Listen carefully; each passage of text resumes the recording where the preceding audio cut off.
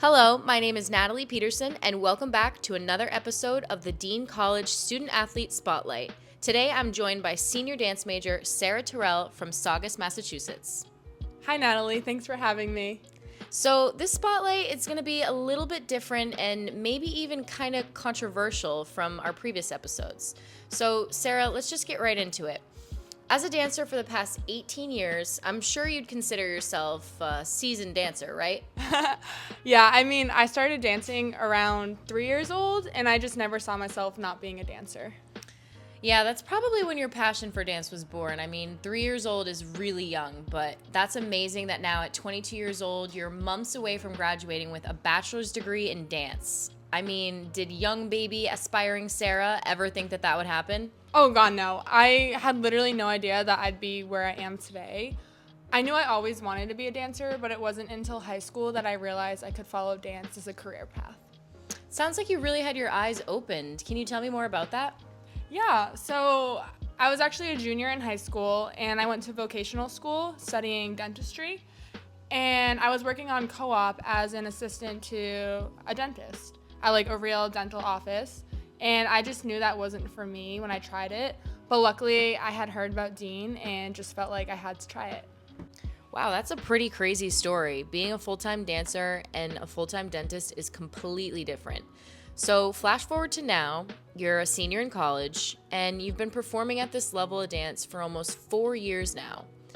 And we both know there can sometimes be some disagreements on whether dance should be considered a performing arts or a sport. So I've got to know from a dancer, what's your opinion on that? Yeah, pretty much my whole life I've watched and listened to people going back and forth on that topic, and it honestly doesn't bother me because either category is well respected. I just wish that dance was funded and supported the same way that athletics are, at the college level at least. Well, it's different depending on whether the school is D1 or D3, but funding is pretty different. Division I programs for dance heavily rely on ticket sales, donations, and sometimes merchandise sales, whereas D1 football, they usually profit widely off brand and TV deals, media attention, and alumni donations usually. That's a great point. Would you say that the attention on collegiate dance has grown in recent years at all? Oh, for sure. It may sound crazy, but social media platforms, TikTok specifically, has given us college dancers a spotlight we've never really had before. There's just been way more recognition towards the fact that it's so much more than your hometown studio dance that goes to recitals or competitions. It's an entire lifestyle, and it's not anywhere near easy. So, do you think all the dance trends are motivating people to watch college dance? Oh, God, no. If anything, actually, the opposite. I'm only kidding, I'm kidding. But back on a serious note, different than athletes whose finals are mostly powered by ChatGPT, kidding again. But yeah, so as a dance major, you guys have multiple class performances.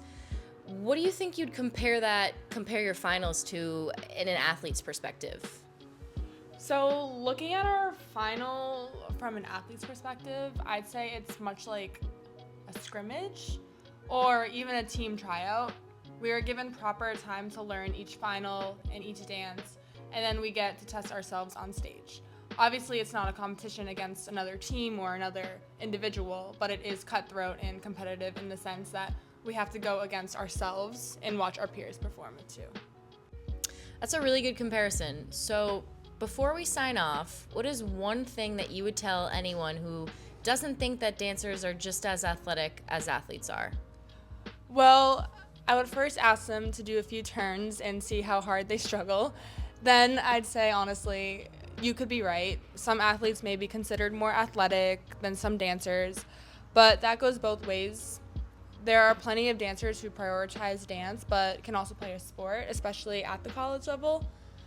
Just like certain sports require different aspects of athleticism to be successful, the same goes for dance. Like for ballet, you need control, core strength, and turnout.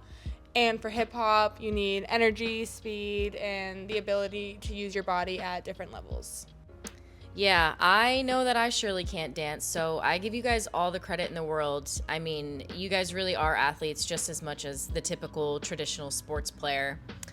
Well, thank you so much, Sarah, for joining me. Yeah, thank you for having me. I'm Natalie Peterson, and you're listening to the Dean College Student Athlete Spotlight.